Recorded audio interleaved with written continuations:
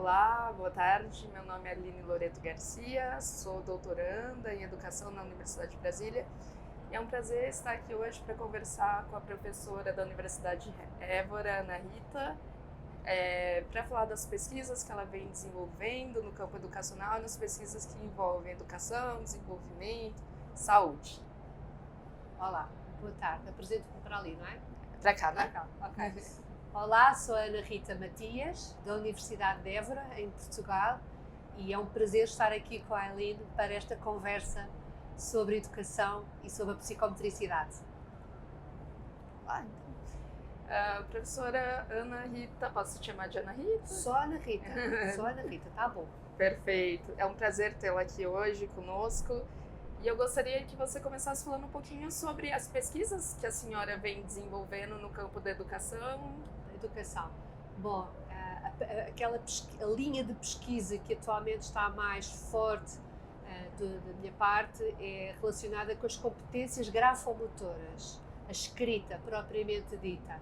E essa é uma linha de investigação que está relacionada não só com a escola, mas também com a área da saúde, desde o desenvolvimento infantil até ao idoso, e como na identificação precoce de alterações da escrita, seja nas crianças com a disgrafia, que é algo que tem grande impacto no seu desenvolvimento académico, como depois mais tarde com os idosos, e esse é um estudo muito exploratório ainda, na tentativa de colocar a escrita no protocolo de identificação precoce da doença de Alzheimer ou de alguns tipos de demência no futuro. Portanto, estamos nesta linha desde a criança até ao idoso. Muito interessante. No Brasil, nós temos hoje grandes problemas que envolvem a alfabetização das crianças. O nosso Plano Nacional de Educação pressupõe que as crianças devem ser alfabetizadas até o 3º ano do ensino fundamental.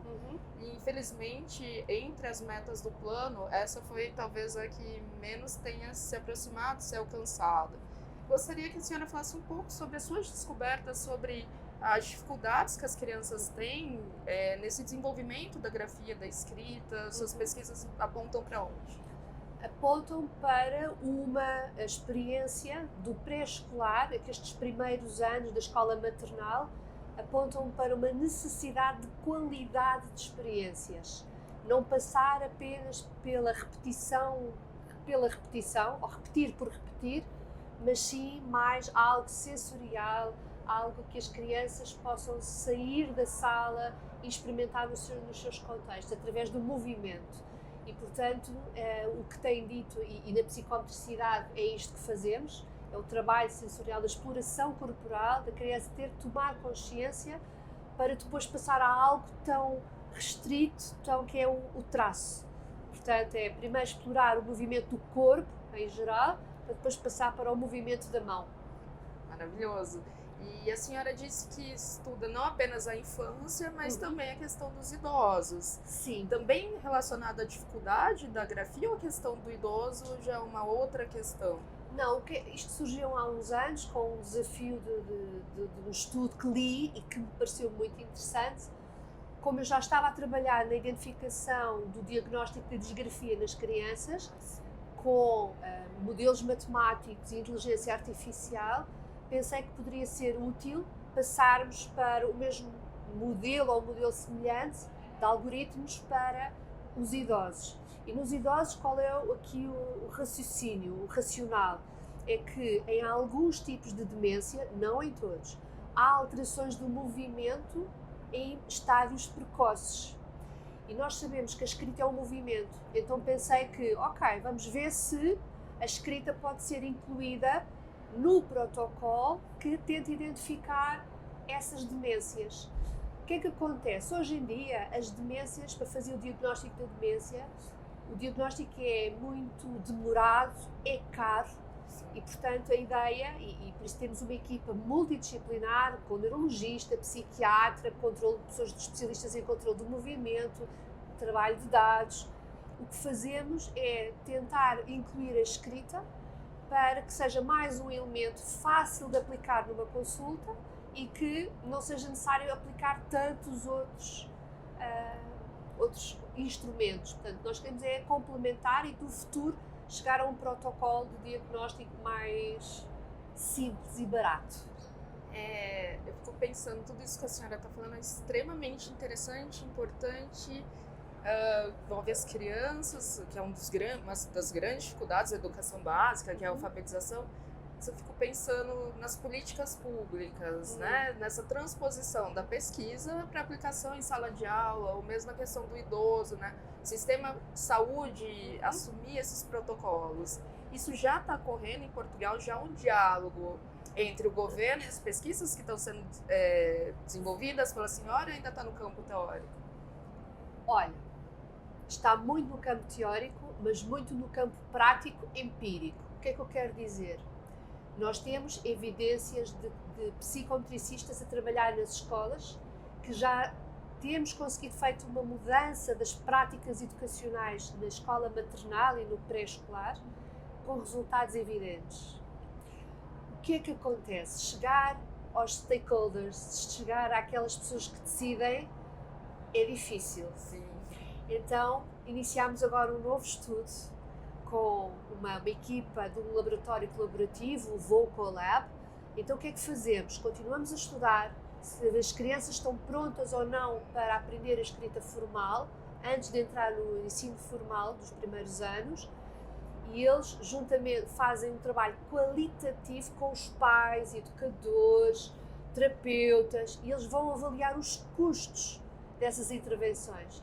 Nós sabemos que as intervenções da psicometricidade nestas faixas etárias são importantes e dão resultado. Agora, vamos ver quanto custa. Sim. E vamos mostrar aos stakeholders o que é que se pode ganhar com uma atuação preventiva. Perfeito. E eu acredito que isso também envolva a formação de profissionais aptos a intervir dessa forma. Certo. Existe algo nesse sentido? Como o psicopedagogo precisa ser formado? Como vocês estão refletindo sobre isso? Não, já existe há muitos anos a graduação em psicometricidade. Existem 3 pontos do país, uma agora está um pouco parada, mas existe sobretudo em Lisboa e na Universidade de Évora. Portanto, o psicometricista tem a formação de base de 3 anos, a graduação, depois ainda tem à sua disposição a formação de mestrado em psicometricidade e depois, se quiser continuar os seus estudos para o doutorado, então segue para um doutorado em motricidade humana. E, portanto, essa formação, e há uma grande oferta de formação complementar da Associação Portuguesa de Psicomotricidade. E não só junto com as universidades, esta ligação tenta-se dar a formação específica para os psicometricistas, mas também de sensibilização para educadores, psicólogos e outros profissionais que trabalham na área da educação. Bom, eu estava conversando com a senhora antes de começarmos a entrevista e quando eu vi que a senhora estudava psicomotricidade, por questões pessoais, eu fiquei muito empolgada, porque como eu tenho monovisão, eu não enxergo do olho direito, minha coordenação motora, ela não é como de uma pessoa que tem as 2 visões. Claro. E aí eu fiquei pensando, o que poderia ter sido feito, segundo os estudos da senhora, na minha primeira infância, que talvez tivesse ajudado a me desenvolver um pouco mais nesse sentido motor? Bom, eventualmente, não sei se foi o que aconteceu, o que a Aline pode ter acontecido consigo era explorar menos o espaço. Por uma questão de proteção, por uma questão de medo. E o que nós fazemos é ajudar a pessoa com dificuldades visuais a criar referenciais físicos que a ajudem a explorar o ambiente da mesma maneira que as outras crianças o fazem. Portanto, e sejam estratégias de sala de aula, fazemos muito trabalho em recreios, estamos a estudar cada vez mais o que acontece nos recreios, no espaço fora da sala de aula. Portanto, o que teríamos feito consigo teria sido algo desse género. Ferramentas, identificar pistas espaciais e outro tipo de ferramentas, podíamos estar aqui toda a tarde, mas que pudessem explorar o espaço da mesma maneira que as outras crianças o fazem. Perfeito. O Brasil, infelizmente, passa por problemas do campo educacional. E Portugal, para nós, a gente olha para Portugal como um exemplo bem sucedido. Eu acredito que, é óbvio, como todos os países, tem alguns problemas, mas uma questão crucial na educação brasileira é a questão da equidade. Dar as mesmas oportunidades para os alunos do Nordeste, do Sul do país. Você poderia falar um pouquinho sobre o que vem sendo feito em Portugal para dar essa equidade para os alunos portugueses? Tem alguma política pública voltada para isso? Tem. Nós há uns anos, dentro da política que é a educação inclusiva, houve uma mudança de paradigma, deixou-se de falar da educação especial para se falar da educação inclusiva. E se antes quem estava ao abrigo deste decreto-lei que tinha que ter um diagnóstico, era uma visão muito médica, agora basta que tenham necessidades individuais, vamos lhe chamar assim, alguém que não consegue acompanhar a escola, os conteúdos académicos da mesma maneira, então já se podem dar estes apoios sem que seja necessário um diagnóstico. E, portanto, isto está a ser válido desde os primeiros anos de pré-escolar até à universidade. Nós temos muitos alunos que têm algumas necessidades, seja do foro psiquiátrico, do foro motor, o que for, e que, portanto, têm essas necessidades atendidas, pelo menos tenta-se atender essas necessidades dentro da universidade.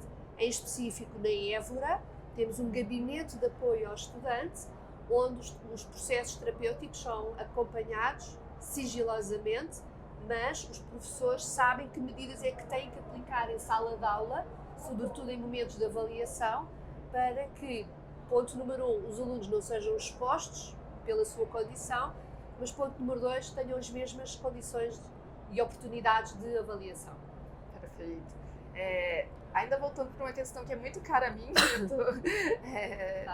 tirando dúvidas pessoais, eu estudo na universidade a questão da política do livro didático e eu tenho interesse para saber o que outros países vêm fazendo, né, no que se refere ao fornecimento de livro didático para a escola. Portugal tem uma política estatal de livro didático? Sim, tem surgido nos últimos anos também a oferta dos livros às famílias. E se possam ser livros digitais ou livros em papel, físicos. E, portanto, tem surgido essa facilitação, o que para um orçamento familiar é muito bom, ajuda muito. Um dos motivos, inclusive, da exclusão de determinados alunos da sala de aula no Brasil era a questão do aluno não ter condições de comprar o livro didático. Então, era um ponto de estrangulamento muito sério, que hoje, de certa forma, foi sanado. O Estado fornece para todas as escolas públicas o livro didático. Mas nós estamos entrando hoje, no Brasil, em um outro debate que alguns países eu acho que já estão mais adiantados, que é a questão do livro didático digital. Se incluir o livro didático digital, a gente ainda não tem muita clareza. A senhora já pensou sobre isso? Já, e até por experiência enquanto mãe, não é? Sim. Pronto. Então, o que acontece é que há muitas escolas que só têm ainda em papel, e deixa deixar aqui uma nota que muitas escolas fazem a reciclagem dos livros. Pedem-se aos alunos para não escrever no livro, mas sim numa folha à parte ou no caderno, e depois, no final do ano, esses livros passam para outros alunos. Há essa reciclagem. Quando não está em condições, recebemos novos. E há muitas escolas que têm esta visão do tudo digital. O que está a acontecer é que estamos a equilibrar. Já se verificou, e pela evolução tecnológica, da atração das crianças e dos adolescentes, o tecnológico é melhor, não é? Facilita.